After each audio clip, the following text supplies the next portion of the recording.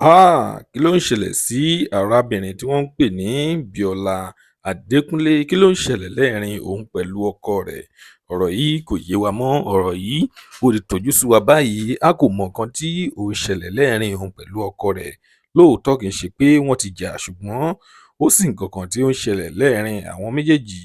Lónìí, ẹ máa bá wa kálọ bá a ṣe máa fún yín ní ìròyìn nípa Biola Adékúnlé. Mo lérò pé púpọ̀ lára yín ṣì rántí arábìnrin tí wọ́n ń pè ní Biola Adékúnlé, gbajúgbajà òṣèré tíátà ni tó jẹ́ wípé ìlúmọ̀ọ́ká náà sì tún ní pẹ̀lú. Arábìnrin yìí ó ti ṣe ọ̀pọ̀lọpọ̀ fíìmù Yorùbá ni arábìnrin yìí ti kópa nínú rẹ̀, ṣùgbọ́n ó sì nǹkan kan tí ó ń ṣẹlẹ̀ ní márèèjì rẹ̀ báyìí láàrin òun pẹ̀lú ọkọ rẹ̀.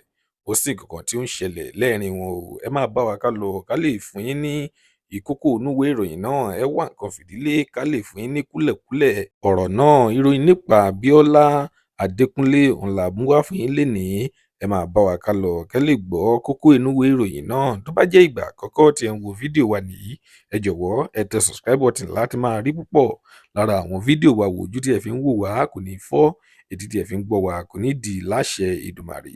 Arábìnrin tí wọ́n ń pè ní Biola Adékúnlé, ó ti gbé e lọ sórí ìtàkùn ayélujára rẹ̀ Instagram, ti kọ síbẹ̀ wípé ó ní àrífín ńlá gbáà ni wípé kí òun pẹ̀lú ọkọ òun kí wọ́n jọ lọ sí restaurant, kí ọkọ òun kó sì máa wo ìdí arábìnrin míì.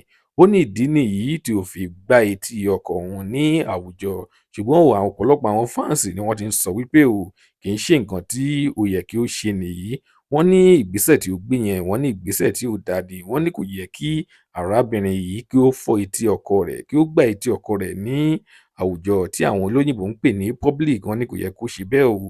Lónìí, ìròyìn ní ṣókí tí a mú wá fún yín rèé. Tó bá jẹ́ ìgbà àkọ́kọ́ tí ẹ ń wo fídíò wa nìyí, ẹ jọ̀wọ́ ẹ tẹ subscribe button lórí gbogbo ọmọ rẹ̀. Ó tún dọjọ́ mi ọjọ́ rẹ̀. Ó dìgbà.